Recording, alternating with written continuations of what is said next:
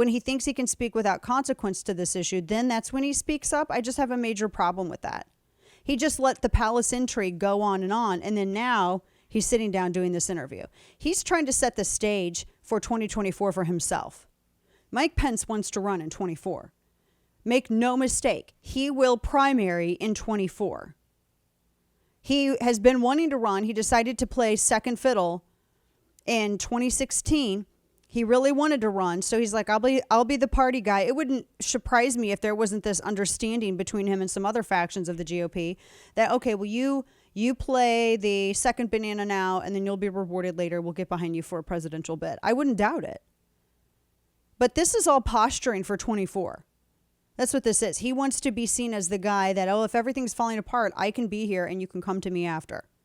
But by being quiet that whole time, that's not leadership. Only speaking when you think that there's an opening for less consequence for you, that's not leadership. That just seems like it's cowardice. I mean, I haven't really seen him defend any of the people who have been wrongly attacked, the characters of the voters who've been impugned. It's old school Republicanism. And one of the biggest complaints that people have with these old school politicians is that don't expect us to defend you if you can't defend your voters. If you cannot defend the character of your voters who are being wrong, who are the characters of whom are being impugned as racist or Nazis simply because they want to run their own healthcare and they want to pay lower taxes and they want to be left alone and be able to have impact in their kids' schools and over what they learn, that's not a Nazi. But the fact that if you're not able to speak out and defend your voter, you have no right in demanding that your voters show any kind of fealty or defense to you. I just have issue with this stuff. And so to this point that Laura Trump made, and to my friend Kurt Schlichter's piece, let me share this. He writes, he's saying that it's a little too easy to think that we're only good if Trump gets up and goes, because he says the Republican Party was out of touch with most voters before he took over, which was why he was able to take over. This is what I've said for years. He says the problems with the GOP that led to Trump will not be fixed, even if Trump vanishes tomorrow. He goes, but Trump presents problems and we need to face them. This is my friend Kurt Schlichter's column. He says, we got to be clear because some folks are a bit sensitive when the subject of the ex-president comes up. Get over it. He works for us. We owe Trump nothing. He's a politician. He owes us. I don't care if he resents his unfair 2020 defeat even more than I care when a teenager whines about something that's unfair. Life is unfair. No one was more unfairly maligned than Trump, and Kurt wrote a book defending him, by the way. He says, but I expect politicians to get it done every time and every day with no excuses. And the operative question is always, always, what have you done for me lately? How often have you heard me all say this? I have said this forever. It's the Jody Watley song from the 80s. Schlichter continues and says, if a politician wants a friend, he can buy a bagel. And if he demands a pass when he starts to fail to cut it, here's a gold watch and a handshake. Enjoy your retirement. He says, Trump was a great president in many ways. The economy boomed. We were energy independent. We were at peace. He got the Middle East to make peace. And the Supreme Court, no establishment guy would have stuck with Kavanaugh as Trump did. And this is all true.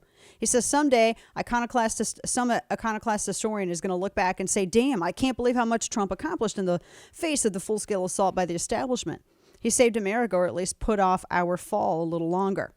Schlichter continues and adds, but let's not minimize his failures in failing to win the last midterm.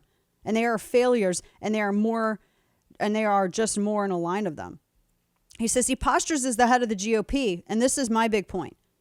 Kurt writes, he postures as the head of the GOP, and congratulations. That means you get the blame when stuff goes sideways, just like you get the credit when you win. In 2018, we lost a lot of seats, a lot of them, and he gets a big piece of that demerit. In 2020, he lost the election. Kurt says, yeah, I know about some of the issues because I lawyered in the aftermath. He says, but the fact is that Crustio Senile is in the Oval Office and Trump isn't, so Trump lost. And he adds, in 2022, well, we're still mopping up that mess.